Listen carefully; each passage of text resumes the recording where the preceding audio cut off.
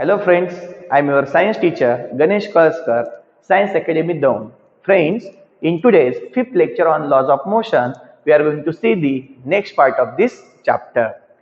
Friends, तुम्हाला आठवत असेल पहा, आपण पाठीमागील लेक्चरमध्ये 3 ग्राफ अभ्यासलेले होते की ज्यामध्ये फर्स्ट ग्राफ आपण पाहिलेला होता distance time graph for the uniform motion. Second वाला आपण अभ्यास केला होता distance time graph for the non uniform motion. त्यानंतर आपण थर्ड अभ्यास केला होता तो होता velocity time graph for the uniform velocity.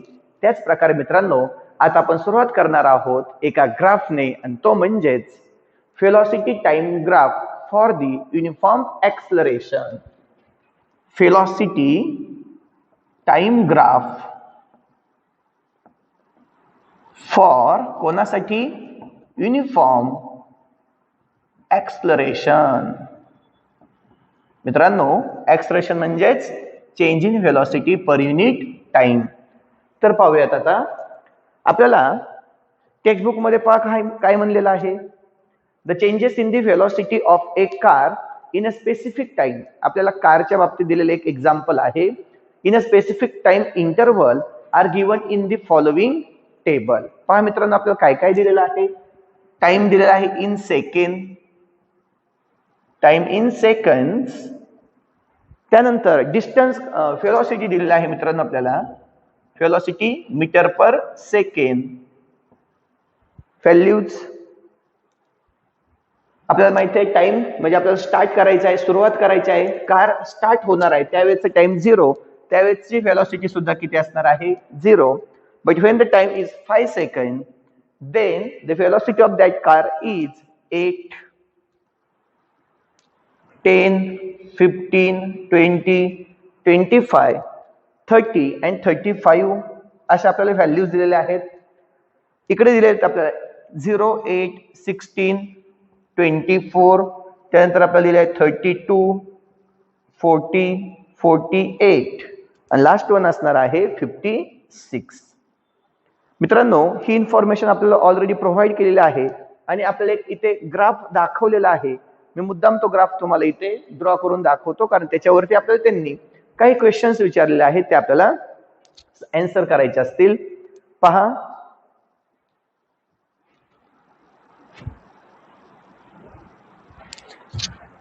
आपण घेतलंय velocity in metre per second versus the time in second. Okay, Y axis वरती काय घेतलंय आपण व्हेलॉसिटी आणि इकडे एक्स ऍक्सिस वरती आपण घेतलेला आहे टाइम. पहा मग आता आपण राईट साइडला 5, 10, 15, 20, 25, 30, 35 and 40 अशा प्रकारे टाइम इंटरवल घेतलेला आहे. राईट आता आपण वरती वाय ऍक्सिस वरती जातोय. इथे आपण घेतोय 8, 16, 24, 32, 40, 48 and 56 अशा प्रकारे इथे असणार आहे 0. मित्रांनो आपण जर आता हे पॉइंट मॅच करण्याचा प्रयत्न केला तर लक्षात घ्या 0, 0 म्हणजे पहिला पॉइंट कुठे येणार आहे आपल्याला 0 वरती. सेकंड वाला when the time is 5 second then the velocity of that car is 8 metre per second. 5 च्या वेळेस किती आहे 8 इथे येईल. 10 च्या वेळेस 16 इथे 10 च्या वेळेस 16. 15 च्या वेळेस 24, 15 च्या वेळेस 24. मित्रांनो तुमच्या लक्षात येत असेल हे आपल्याला जो आता इथे कर्व मिळणार आहे ते एकदम स्ट्रेट लाईन असणार आहे. 20 च्या वेळेस पहा 32, 25 च्या वेळेस 40,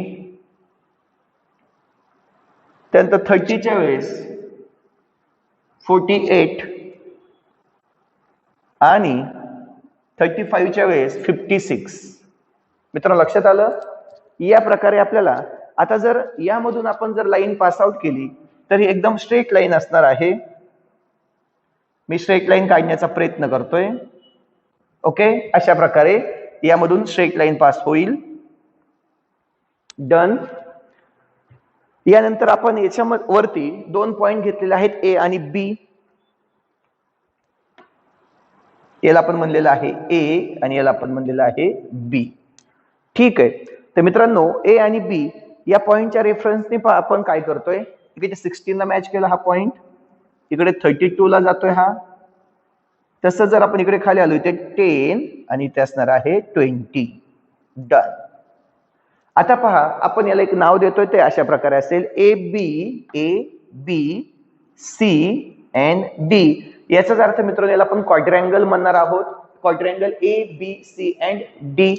इथे असेल पॉइंट आपला ई. डन. आता पहा हा आपला ग्राफ प्रोव्हाइड केलेला आहे आणि त्यांचं म्हणणं काय आहे आपण ते समजून घेऊयात. The velocity time graph in the figure shows that, हा जो आपण व्हेलॉसिटी वर्सेस टाइम जो ग्राफ दाखवलेला आहे तो आपल्याला काय सांगतोय नेमकं. First one, the velocity changes y equal amounts in equal time interval. Yes. तर मित्रांनो velocity changes by the equal amount in equal time interval याचाच अर्थ असा, मला सांगा पहिले जे 5 सेकंडचा जो टाइम स्पॅन आहे, टाइम इंटरवल आहे, 0 to 5 जात असताना जी व्हेलॉसिटी असणार आहे कारची ती किती आहे, 0 to 8. म्हणजेच पहिल्या 5 सेकंड मध्ये 8, 5 to 10, नंतरच्या 5 सेकंड मध्ये 8 to 16 म्हणजे 8, नंतर 10 to 15 या 5 सेकंड मध्ये 16 to कुठे गेलो आपण 16 to 24 परत एकदा 8च आहे. म्हणजे याचाच अर्थ असा, in the equal time interval the velocity is equal. Equal interval time मध्ये की जे आपण 5 सेकंडचं कन्सिडर करतोय यामध्ये असणारी व्हेलॉसिटी कशी असणार आहे, इक्वल असणार आहे. ती आहे 8 मीटर पर सेकंड. पहा, the velocity changes by the equal amount in equal time interval. Yes. Thus this is uniform expression in accelerated motion. Yes मित्रांनो, तर आपण म्हणू शकतो it is the uniform acceleration. आता आपलं एक्सलरेशन म्हणजे काय, change in velocity upon time. Change in velocity upon time. मग तुम्ही कोणतेही दोन व्हॅल्यू चेकआउट करा. चेंज इन व्हेलॉसिटी म्हणजे final velocity minus initial velocity. For example आपण पहा इथे घेतोय 5 आणि 10 असं आपण चेकआउट करतोय. Acceleration is equal to final velocity upon initial velocity upon time. पहा आता फायनल व्हेलॉसिटी किती आहे 16 minus initial velocity 8 upon time किती असणार आहे 5, कारण 10 मायनस 5 होणार आहे तर व्हॅल्यू किती असणार आहे 5. याचा अर्थ 8 अपॉन 5. ठीक आहे, मी याला असंच ठेवतो. आता पहा मी नेक्स्ट इथे जातोय. फॉर एक्झाम्पल मी 15 to 20 हे विचारात जर घेतले तर तिथे असणारे आपल्या ज्या व्हॅल्यू असणार आहेत ते व्हॅल्यू आहे 24 आणि 32. मग पहा a is equal to v minus u upon t is equal to 32 minus final velocity minus initial velocity upon time 5 is equal to 8 upon 5. मित्रांनो यामधून आपल्या लक्षात येतंय हे कसं असणार आहे, युनिफॉर्म एक्सलरेशन. ओके, हे लक्षात आलं. It is the uniform acceleration because it is uniform in equal interval of time. याचाच अर्थ असा, एक्सलरेशनची जी येणारी अमाऊंट असणार आहे that car perform the equal acceleration in the equal time interval. Therefore we can say that it is the uniform acceleration. हे uniform acceleration असणार आहे. पुढे म्हणतायत how much does the velocity changes every 5 minutes. तर मित्रांनो प्रत्येकी 5 मिनिटाला velocity किती अमाऊंटने चेंज होते तर ते किती असणार आहे 8 मीटर पर सेकंड. प्रत्येक 5 सेकंदला इथे प्रत्येक 5 सेकंदला जी व्हेलॉसिटी चेंज होते ती कितीने झालेली आहे 8 metre per second. 0 to 8 8, 8 to 16 8, 16 to 24 8. लक्षात आलं मित्रांनो, प्रत्येक 5 सेकंदला जी व्हेलॉसिटी चेंज होते ते कितीने 8 मीटर पर सेकंड. हे आपलं आन्सर असेल. पुढे आपल्याला जनरल इन्फॉर्मेशन दिली. For all uniformly accelerated motion the velocity time graph is a straight line. Yes, for all the uniformly accelerated motion, जर ती कार युनिफॉर्मली एक्सलरेटेड मोशन दाखवत असेल, युनिफॉर्म एक्सलरेटेड मोशन दाखवत असेल तर मात्र आपल्याला मिळणारी जी लाईन असेल किंवा जो ग्राफ असेल ही कशी असणार आहे, स्ट्रेट लाईन असेल. For all uniformly accelerated motion the graph is a straight line. And for non uniformly accelerated motion, जर एक्सलरेटेड मोशन ही नॉन युनिफॉर्म असेल मित्रांनो तर मिळणारा ग्राफ हा स्ट्रेट लाईन असेल का, नाही. It is dependent on the change in acceleration. It might be, तो असाही असू शकतो मित्रांनो असा जाईल, परत हे अशा प्रकारे. Okay. For uniformly accelerated motion,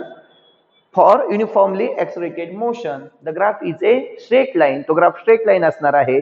But for the non-uniformly accelerated motion, the velocity time graph may be or may have any shape depending on the acceleration changes with the time. आपण आताच बोलल्याप्रमाणे acceleration नेमकं कसं change होतंय with respect to time, त्यानुसार त्या ग्राफचा shape हा कसाही असू शकतो. तर मित्रांनो, या प्रकारे असण्याची ती शक्यता असणार आहे. लक्षात आले आपल्याला? तर आपण आता अभ्यासलेला आहे graph of velocity time, velocity versus the time for the uniform acceleration. आणि तो जो ग्राफ असणार तो कसा असणार? It is a straight line. Okay. Uniform accelerated motion साठी. नॉन युनिफॉर्म एक्सलेरेटेड मोशन असेल तर ग्राफ स्ट्रेट लाईन असेल का? नाही. It have any shape and it is dependent on the changes in acceleration with respect to time. मित्रांनो, पुढे आपल्याला म्हणता येते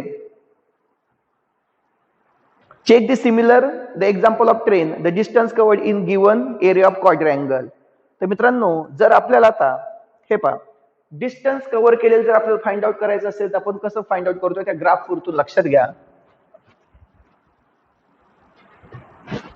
पहा,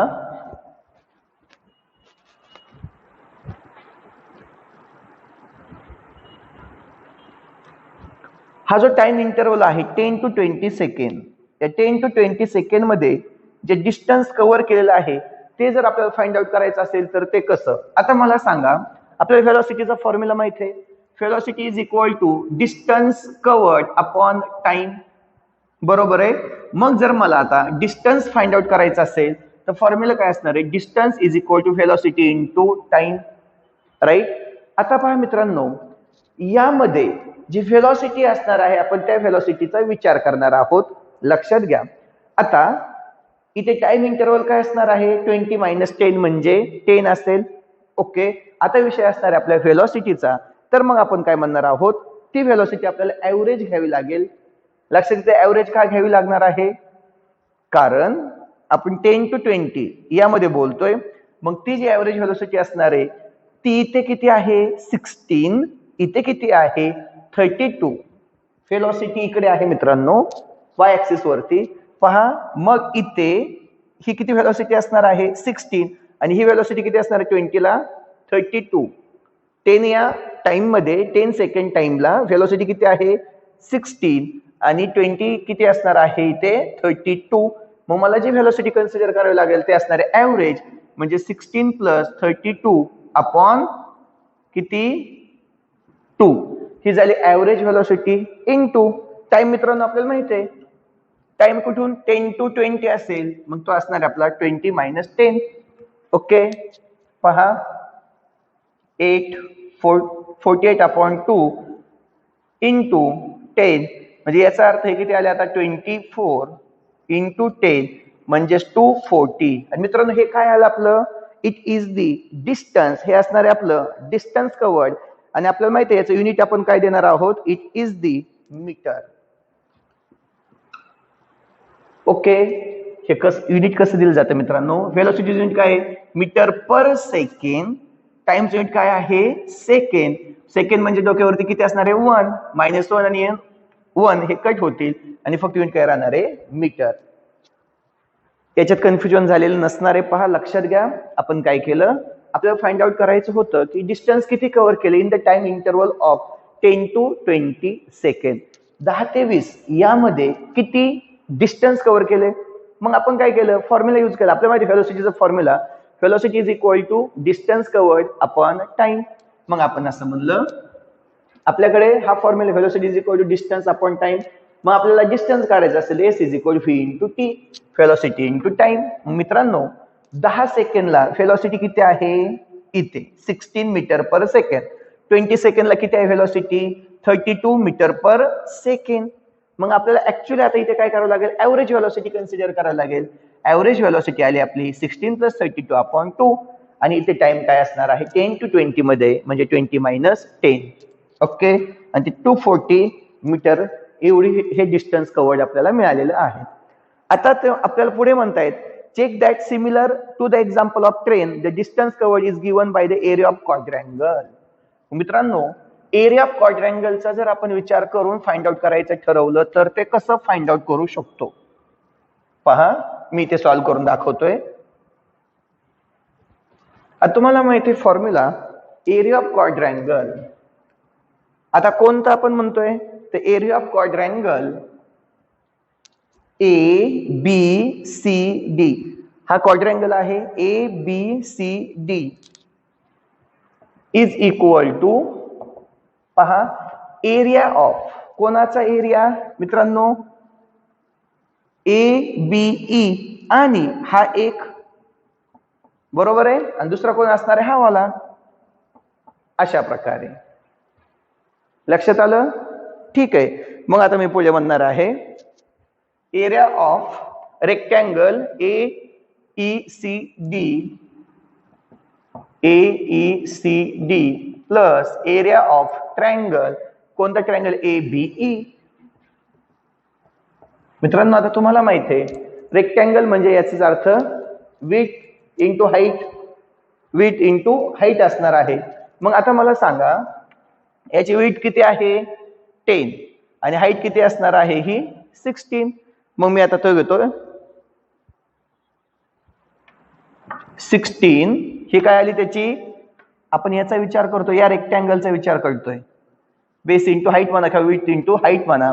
तर याची बेस किती असणार आहे 10 आणि हाईट किती असणार आहे 16 plus area of triangle ABC तुम्हाला माहिती आहे half of height into base. Half of base किती असणार आहे हा मित्रांनो याचा 10 आणि हाईट किती असणार आहे 32 मायनस 16 म्हणजेच 16. लक्षात आलं पहा. मग 160 प्लस इथे हे 8 आले. ओके, म्हणजे आपल्याला 10 इंटू 8 किती झाले 80. 0 8 प्लस 6 14 कॅरियर 1 1 प्लस 1 2 240 मीटर. हो, आपण जो ग्राफ दिलेला आहे या ग्राफ नुसार सुद्धा त्याची व्हॅल्यू जी फाइंड आउट करू शकतो ती व्हॅल्यू एक्झॅक्टली सेम आलेली आहे जी आपण याच्या अगोदर जी व्हॅल्यू फाइंड आउट केली होती. by using the formula distance covered is equal to average velocity into time. त्यावेळची व्हॅल्यू किती होती आपली 240. लक्षात येते ना 240 मीटर. आणि आपण हा जो एरिया होता त्यानुसार जो ग्राफ आपण व्हॅल्यू फाइंड आउट केली ती सुद्धा व्हॅल्यू सेम तेवढीच आली आहे ती म्हणजे 240 मीटर. ओके मित्रांनो, चला आपण आता नेक्स्ट कन्सेप्ट कडे जाणार आहोत. आणि आता आपण अभ्यासणार आहोत या चॅप्टरचा सर्वात महत्वाचा पॉइंट आणि तो म्हणजेच मित्रांनो जे चॅप्टरचं नाव आहे लॉज ऑफ मोशन. आता आपल्याला इक्वेशन्स डिराईव्ह करायचे आहेत. Equations for the lodge of motion. आणि आपण मित्रांनो 3 इक्वेशन्स डिराईव्ह करणार आहोत. पाहूयात आपण. अतिशय सिंपल आहे.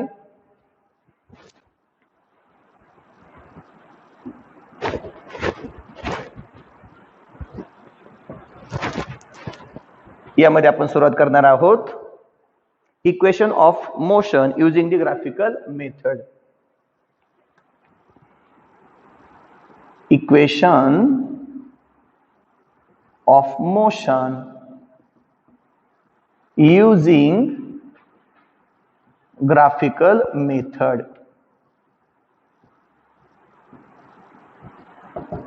मित्रांनो पाहता याच्यामध्ये आपण रिलेशन देणार आहोत. Equation describing the relation between velocity and the time. First equation साठी आपण प्रयत्न करतोय. Equation describing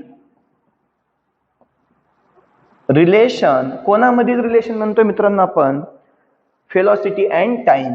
between velocity and time म्हणजेच आपला जो फायनल फॉर्म्युला असणार आहे यामध्ये व्हेलॉसिटी फी आणि टाइम टी यामध्ये आपल्याला रिलेशन पाहायला मिळणार आहे. तर मित्रांनो मी अगोदर ग्राफ जो दिलेला आहे तो ड्रॉ करतोय. Velocity versus time graph.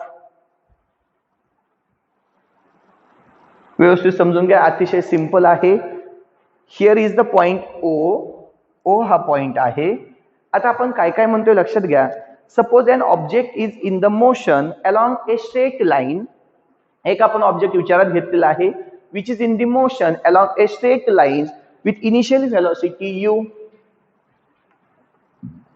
Initial velocity of that object is u.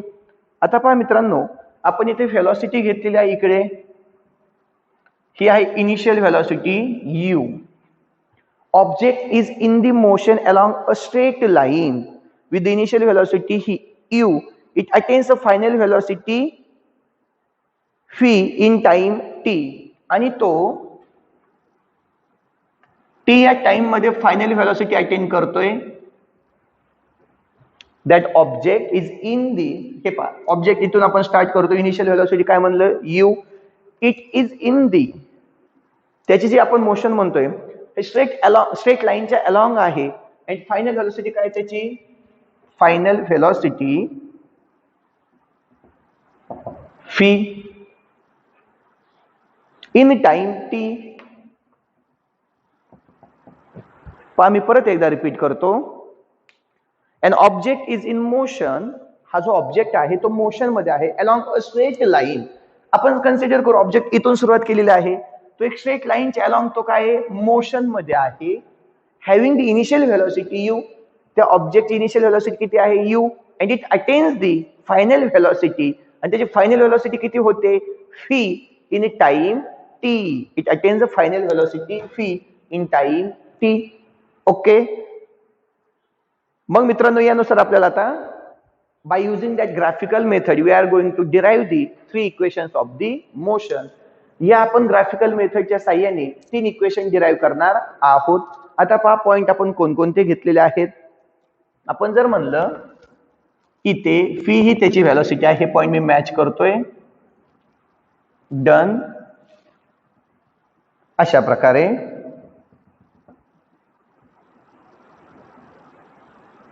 मित्रांनो, आता लक्षात घ्या, मी या पॉइंटला नाव देतोय. मी याला म्हणलं ए बी, हा आहे आपला C. Done. A B C, आणि इथे तो पॉइंट असणार आहे डी. याला मी म्हणलो ओ, आणि हा पॉइंट असेल आपला ई. ठीक आहे. आता पहा आपण काय म्हणतोय. आपण सुरुवात करतो मित्रांनो. आपण ही जी फिगर दाखवलेली आहे that figure shows the change in velocity with respect to time. इकडे आहे व्हेलॉसिटी, इथे u काय आहे, it is the initial velocity of that object. Phi काय, it is the final velocity of that object. Done. Okay. आणि जो time असणार आहे तो आपण दाखवला t ने. बरोबर. आता पहा, the object starts from the point d in the graph with the velocity u. आता ऑब्जेक्ट इथे आहे, बरोबर आहे. It starts with the initial velocity u and it is present at the point d. तो d या पॉइंटला आहे, हे लक्षात येतंय. ऑब्जेक्ट इथून सुरुवात करतो, त्याची इनिशियल व्हेलॉसिटी किती u. It is present at the point d. तो d या पॉइंटला आहे ऑब्जेक्ट. मित्रांनो, आपण पुढे असं म्हणलं, नाव its velocity goes on increasing and after time t it reaches the final point. तो पॉइंट b ला गेलेला आहे. मित्रांनो, किती इझी आहे. आता मला सांगा, ऑब्जेक्ट कुठे आहे, इथे. कोणत्या पॉइंटला आहे तो, डी या पॉइंटला आहे. त्याची इनिशियल व्हेलॉसिटी किती आहे सुरुवातीची u. It follows the straight line, तो एक स्ट्रेट लाईनच्या अलॉंग जातोय आणि फायनली तो बी या पॉइंटला जाऊन पोहोचतोय. म्हणजे त्या पॉइंटला जी व्हेलॉसिटी असेल, मी इकडे पॉइंट तो मॅच करतोय, बी या पॉइंटला जी व्हेलॉसिटी असेल ती काय असेल, त्याची फायनल व्हेलॉसिटी असेल. ओके. मग आता मी इनिशियल व्हेलॉसिटी आणि फायनल व्हेलॉसिटी ग्राफ नुसार मांडतोय. पहा, मी असं मांडेल आता. The initial velocity of object, the initial velocity of object. मित्रांनो, आता जी इनिशियल व्हेलॉसिटी असेल ग्राफ नुसार ती काय असणार आहे मित्रांनो, लक्षात येतंय. It is u is equal to OD. Initial velocity of object is, okay, u is equal to OD. What is the final velocity? The final velocity of object is equal to phi. Final velocity phi आहे मित्रांनो, is equal to. आता actually object कुठून जातोय, D या point पासून बी या पॉइंटला जाऊन पोहोचलेला आहे. तो स्ट्रेट लाईनच्या अलॉंग गेलेला आहे. इथे पोहोचल्यानंतर त्याची जी व्हेलॉसिटी आपण इकडे मॅच करणार, कारण व्हेलॉसिटी इथे दिली ना आपण वाय ऍक्सिस वरती, मग ती व्हेलॉसिटी काय असणार, फायनल व्हेलॉसिटी त्याची dc, आणि त्याला आपण म्हणणार आहोत okay final velocity of that object is. तो ऑब्जेक्ट कुठून ओ या पॉइंट, सॉरी इनिशियल व्हेलॉसिटी काय असणार आहे त्याची ही, आणि फायनल व्हेलॉसिटी काय असणार आहे त्याची एवढी असणार आहे, म्हणजे मी त्याला म्हणणार आहे ओ सी. लक्षात आलं. पुढे बोलतोय आपण, आपल्याला माहिती आहे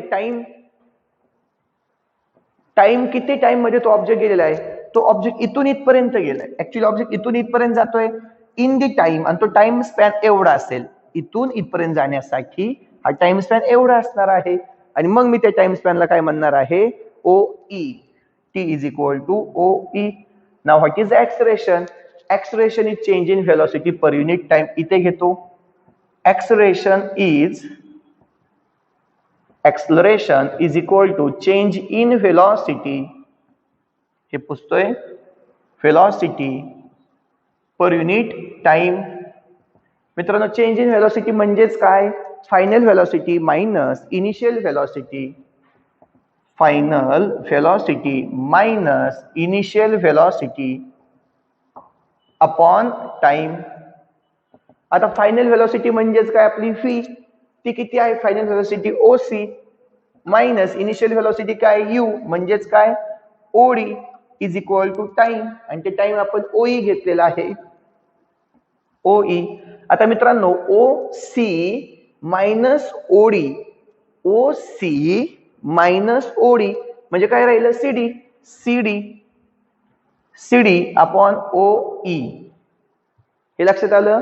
मग मला सांगा आता ओई म्हणजेच काय आहे, ओ ई म्हणजेच हे काय टोटल टाइम, कारण की तो स्ट्रेट लाईनच्या अलॉंग इनिशियल व्हेलॉसिटी यू हे परफॉर्म करून फायनल व्हेलॉसिटी फी ला गेलेला होता. त्या पॉइंटला जात असताना टाइम टी होता. मग मी असं म्हणू शकतो सीडी अपॉन टी. मित्रांनो ऍक्सलरेशन म्हणजेच कोण ए. थोडक्यात काय मिळालं आपल्याला, A is equal to CD upon T. Therefore CD is equal to 80. मी असं लिहू शकतो. What is the value of CD. CD is equal to cross multiplication 80. सीडीची व्हॅल्यू लक्षात आली आपल्या. आता आपण पुढे बोलतोय ग्राफ पासून. तुमच्या लक्षात आलं असेल मित्रांनो, BE is equal to from the graph जर तुम्ही बारकाईने ऑब्झर्व केला तर BE is equal to B A plus AE. From graph BE is equal to BA plus AE. But मित्रांनो BA म्हणजेच कोण CD, आणि AE म्हणजेच कोण OD. लक्षात येते.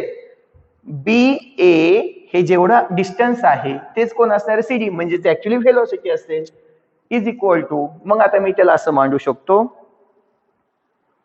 BE. आता पहा बीई म्हणजेच कोण सीओसी. बीई म्हणजेच कोण ओसी, म्हणजेच काय आपली फायनल व्हेलॉसिटी फी इज इक्वल टू बीए. पण मित्रांनो बीए म्हणजे कोण आहे पहा, बीए म्हणजे सीडी प्लस एई म्हणजे कोण आहे एई म्हणजेच कोण ओडी. हे लक्षात आलं.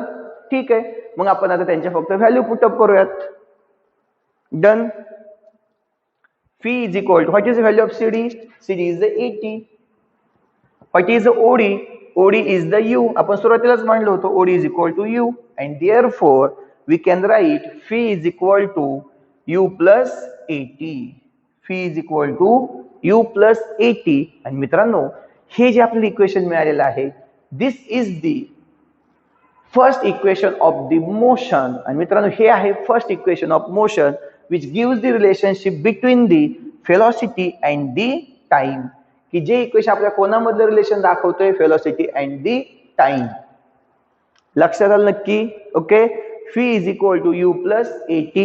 Here phi is the final velocity, u is the initial velocity, a is the acceleration and t is the time.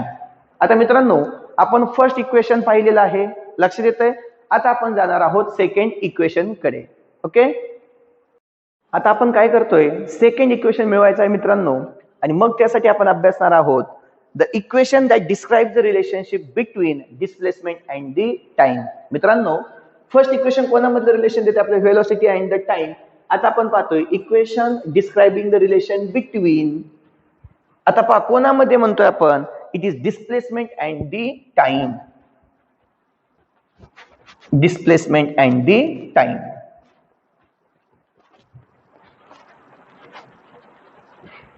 मी मुद्दाम वरती मांडून ठेवतो. पहिली इक्वेशन मिळालं आपल्याला, first equation phi is equal to u plus at which gives the relationship between phi and the t. आता आपण म्हणतो equation describing the relation between displacement s and the time t. तर मित्रांनो आपण आता सुरुवात करतोय. Suppose that an object in uniform acceleration a, object in uniform acceleration a, object हा uniform acceleration मध्ये आहे a, and it has covered the distance, and it has covered the distance. मित्रांनो त्यांनी किती डिस्टन्स कव्हर केले आपण असं म्हणलं, s within the time t, s within the time T. T या वेळेमध्ये तो जो ऑब्जेक्ट हा युनिफॉर्म एक्सप्रेशन मध्ये आहे ए मध्ये, त्याने किती डिस्टन्स कव्हर केले आपण असं म्हणलं, एस. ओके. मग मित्रांनो आपण जर ग्राफचा विचार जर केला तर distance covered by the object during the time T, त्या ऑब्जेक्टने टी या टाइम मध्ये जे डिस्टन्स कव्हर केलेलं असणार आहे ते असणार आहे आपला, पहा लक्षात घ्या, क्वाड्रँगल. आणि तो क्वाड्रँगल आपण रिप्रेझेंट करणार आहोत DOEB. पहा DOEB. ऑब्जेक्ट इथे होता मित्रांनो, ऑब्जेक्ट इथे होता. ऑब्जेक्ट इथून कुठे गेलेला आहे, object reaches to the point B. Object इथून इथे गेला किती वेळेमध्ये, in a time T, T या वेळेमध्ये. ओके. देअरफॉर आपण काय म्हणतोय मित्रांनो, distance covered by that object in time T is given by the area of quadrangle DOEB. लक्षात येतंय. पहा मग मी इथे खाली म्हणतोय distance covered that is S is given by the area of quadrangle. Area of quadrangle. आणि मित्रांनो तो क्वाड्रँगल कोण सांगितलं आपण, DOEB. ठीक आहे. पण मित्रांनो DOAB हा जो क्वाड्रँगल आहे त्याच्यामध्ये तुम्हाला एक रेक्टँगल दिसतोय DOEA, आणि दुसरा दिसतोय आपल्याला एक ट्रायंगल, तो म्हणजे DAB. लक्षात येतंय. मग पहा आता मी इथे मांडतो, but area of quadrangle DOEB is equal to area of rectangle. कोणता rectangle, DOEA plus area of triangle.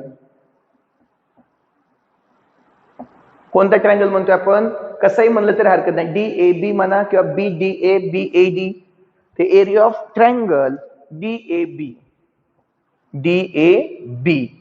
अशा प्रकारे. डन. मित्रांनो मला सांगा, एरिया ऑफ रेक्टँगलचा जो फॉर्म्युला असतो तो काय असतो आपला, बेस इंटू हाईट. बरोबर. आता पहा याच्यामध्ये आपला रेक्टँगल कोण आहे, DOEA. मग आता एक आपण बेस घेणार आणि काय घेणार आहोत आपण, हाईट घेणार आहोत. आता हाईट काय AE आणि बेस काय आहे OE. मग आपण काय करणार, base into height. S is equal to base काय आपला, समजा मी घेतला OE इंटू हाईट काय आहे AE प्लस हा झाला एरिया ऑफ रेक्टँगल DOEA. आणि आता एरिया ऑफ ट्रायंगल घ्यायचंय मला, DA. ट्रायंगल कोणता आपला DAB. तो काय असणार, half of base into height. Base काय आपली AD आणि हाईट काय आपली AB. बरोबर झालं. तर मग मित्रांनो फक्त आता या व्हॅल्यू ज्या आहेत त्या व्यवस्थित पाहून घ्या. आपल्याला माहिती आहे बट OE काय आहे, OE is the time which is required by that object to reaches the point, initial point D to the final point B. त्या इनिशियल त्या ऑब्जेक्टला D या पॉइंट पासून B या पॉइंट पर्यंत जाण्यासाठी लागलेली टाइम काय आहे OE म्हणजे T. But OE is equal to T. What is the AE? मित्रांनो एई काय असेल? एई म्हणजेच कोण आहे? ओडी, आणि ओडी म्हणजेच कोण? U. AE is equal to OD is equal to U. बरं एडी काय असेल? What is the AD? AD is again time T. AD लक्षात येतंय? AD is equal to AD हे जे डिस्टन्स आहे ते कोणा एवढे आहे? ओई एवढं आहे, आणि ते म्हणजेच कोण आहे? टाइम. आणि what is the distance A B? तर मित्रांनो ए बी हा ए बी काय आहे?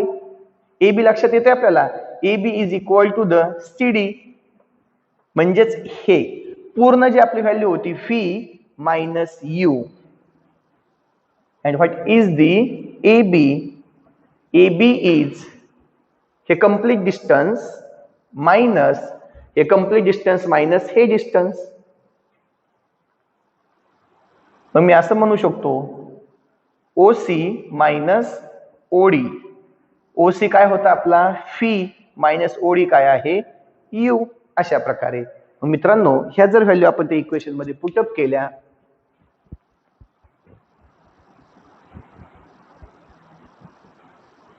पहा S is equal to what is the value of OE? It is the T. What is the value of AE?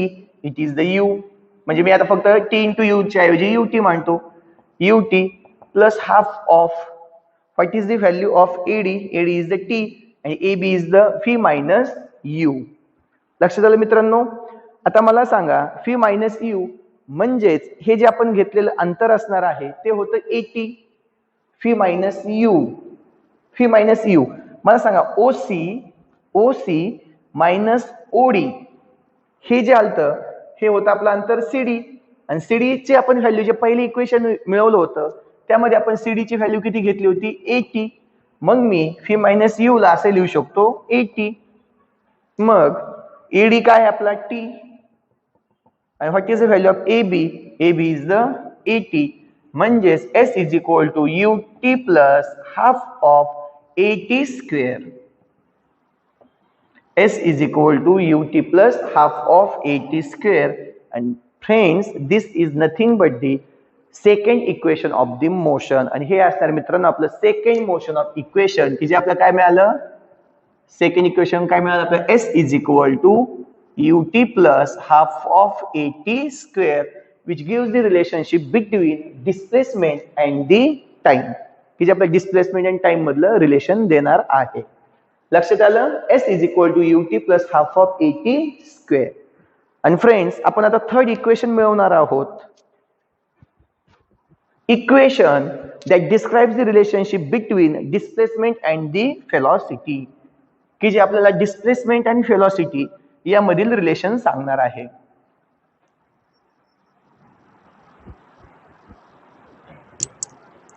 इथे O हा point होता आणि velocity फी. ओके, तर मित्रांनो आपण सुरुवात करतोय. आपल्याला माहिती आहे मित्रांनो आता जर आपण एरिया ऑफ क्वाड्रँगल विचारात घेतला DOEB. DOEB is a trapezium. हा DOEB काय आहे?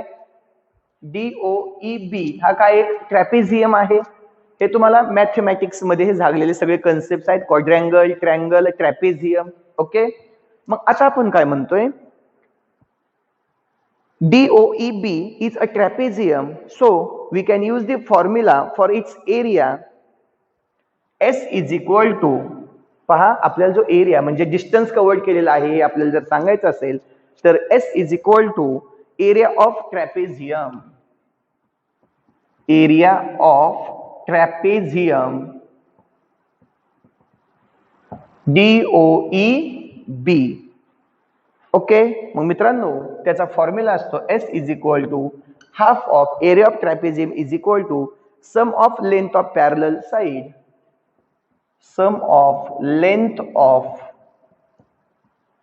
Parallel sides into distance between parallel side. Into distance between parallel sides. मित्रांनो आपण असं म्हणलं आपल्याला आता काय करायचंय? Distance covered by the object in the time t. Okay, आता आपण काय सांगितलं इथे, जो आपण या अगोदरच्या सेकंड इक्वेशन डिराइव्ह करण्यासाठी जो आपण DOEB हा काय कन्सिडर केला होता, क्वाड्रँगल, तर आपण म्हणतो हा एक ट्रॅपेझियम आहे. मग ट्रॅपेझियमचाच फॉर्म्युला आपण आता यूज करणार आहोत. Distance covered S is equal to area of the trapezium DOEB. मग S is equal to half of sum of length of parallel sides into the distance between the parallel sides. मग मित्रांनो पहा बरं, आता याच्यामध्ये S is equal to half of, आता sum of length of parallel side OD plus BE, OD plus BE into BE. आता मित्रांनो नाही, ही साइड जी आहे ती OE. आता आपण हे असं का मांडलं पहा, आपला फॉर्म्युला काय आहे, area of trapezium is equal to half of area sum of length of parallel side. आता पहा याच्यामध्ये OD प्लस B, आता याच्यामध्ये आपण कोण घेतलंय BE, की ज्या दोन या ट्रॅपेझियमच्या DOEB हा जो ट्रॅपेझियम आहे त्याच्या पॅरलल साइड्स कोणत्या आहेत, ही वाली आणि ही, तर ही असेल OD आणि ही असणार आहे BE into distance between the parallel sides. या दोन पॅरलल साइड्स मधलं डिस्टन्स किती मित्रांनो, OE, हे लक्षात येतंय. ठीक आहे, मग यानुसार आपण आता व्हॅल्यू पुटअप करणार आहोत. आपल्याला माहित आहे OD म्हणजेच, but what is the OD, OD is the U. What is the BE, मित्रांनो BE म्हणजे काय असणार आहे आपला phi, final velocity. But BE is equal to phi, हे डिस्टन्स. BE is equal to OC, आणि OC म्हणजेच काय असणार आपलं फायनल व्हेलॉसिटी फी. आणि what is the OE, OE is equal to time T. अशा प्रकारे डन. मग आपण जर ह्या व्हॅल्यू पुटअप केल्या तर S is equal to half of what is value of OD U, BE, B किती आपला फी, आणि what is the OE, it is the T. मित्रांनो हे आपण फक्त आता व्हॅल्यू याच्यामध्ये पुटअप केलेले आहेत. मी याला म्हणलं number 1.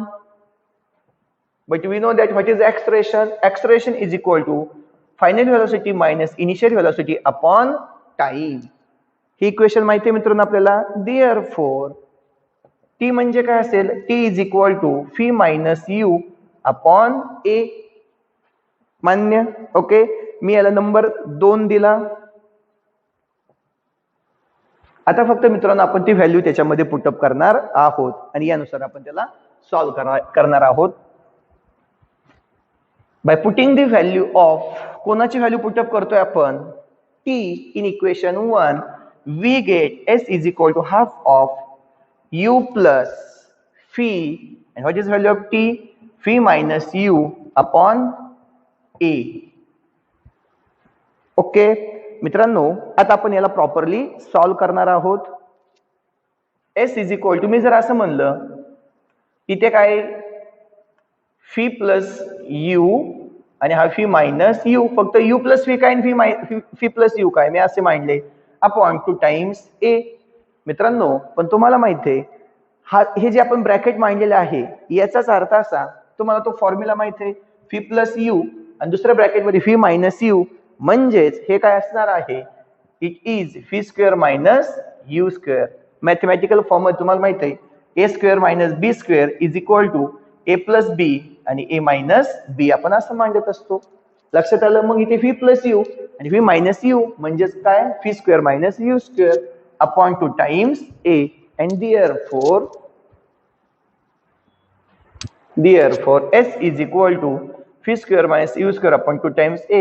Therefore phi square minus U square is equal to, हा इकडे जाईल 2 times A S, and therefore phi square is equal to U square plus 2 times A S. मित्रांनो हे जे आपल्याला इक्वेशन मिळालेलं आहे, this is Newton's third equation of the motion. आणि तिसरी इक्वेशन काय मिळालं आपल्याला, third equation phi square is equal to U square plus 2 times A S, which gives the relationship between, कोणामधलं रिलेशन सांगते ते आपल्याला, displacement S and the velocity phi. अशा प्रकारे दुसरं इक्वेशन हे डिस्प्लेसमेंट आणि टाइम यामधलं रिलेशन आपल्याला सांगत होतं. तर मित्रांनो आता आपण सर्वात महत्वाचा पॉइंट अभ्यासला आहे. आता यासाठी तुम्ही काय करणार आहात, आपल्या टेक्स्टबुक मध्ये जो एक ग्राफ दाखवलाय तो व्यवस्थित फक्त ऑब्झर्व करा आणि हे अतिशय सिम्प्लिफाईड फॉर्म मध्ये आहे मित्रांनो. यानुसार आपण 3 इक्वेशन मिळवलेले आहेत. एक्झाम मध्ये आपल्याला विचारत असताना 2 किंवा 3 मार्कला यापैकी कोणतेही एक इक्वेशन ग्राफिकल मेथडने डिराईव्ह करायला विचारतात, त्यावेळेस आपल्याला डिराईव्ह करता आलं पाहिजे. आता लक्षात घ्या, मी फक्त एकदा रिपीट करतो. आपण जे 3 इक्वेशन मिळवले त्याच्यामधलं पहिलं इक्वेशन मिळवलं आपण v is equal to u plus at which gives the relationship between velocity and the time. Second equation आपण मिळवलं ते होतं s is equal to ut plus half of at square which gives the relationship between कोणामधील, ते म्हणजे displacement and the time. And third equation आपण मिळवलं मित्रांनो ते होतं आपलं v square is equal to u square plus 2 times as which gives the relationship between the velocity and the displacement. Okay मित्रांनो, हे जे आपण आजच्या लेक्चर मध्ये जे 3 ग्राफच्या साहाय्याने आपण जे 3 इक्वेशन मिळवलेले आहेत याची चांगल्या प्रकारे प्रॅक्टिस तुम्हाला करायची आहे. ओके मित्रांनो, थँक्स.